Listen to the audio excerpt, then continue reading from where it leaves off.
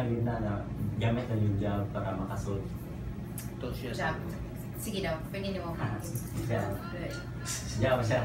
Ayaw lang padung nako. Pero Mark, kini sa nagdako ka sa Tagbilaran pero nataw ka sa Tacloban. Anang proud kaayo especially ang atong mga kapamilya sa Tacloban o sa Tagbilaran sa imuha. Kinsa man gyud ang naghatag og inspirasyon nimo sa kanunay nimong mga duwa, daghan na kay kag mga na agian ng mga duwa ang imong record 16 wins, 0 loss, pero buyag with 12 knockouts. Kinsa may naghatag imong inspirasyon? Una-una ang pamilya yun, mga asawa. Importante ba ang pamilya matag-away na imong i-dedicate yun imong away para... Importante kay ato ko nagpag-huwag ko supra sa worry. Pero dili ba sila magkanang ma-worry every time nakay-away, nakasangka? Dili man kay sila suportar sa kuha sa akong pagpanguksing, so ako focus sa away. Pero imong away, Mark, ha? Tarong tuiga sunod-sunod. Pag humanda yun sa imong away pag April, nag 1 week lang, after 1 week, nag-training day hapon ka, napabukay oras ng pamilya or sa uban ng mga igala?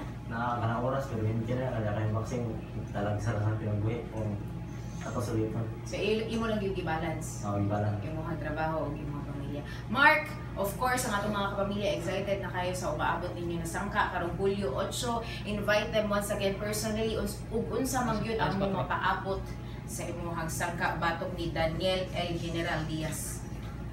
Sa mabutay na pan-away karong July 8, nindot yun yung away, pinurified 41 first meeting ako. So, yun sa masaksihan yung away karong July 8 sa IEC Convention Center. Asa man sila pwede makapalit ka og tickets, Mark? Palit yung ticket sa Ala Gym Fitness, sa IEC Convention Center, sa Ayala.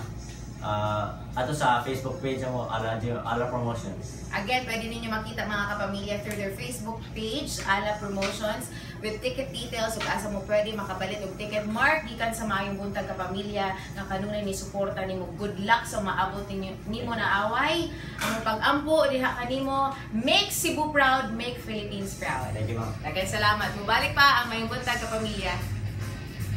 Thank you, Mark.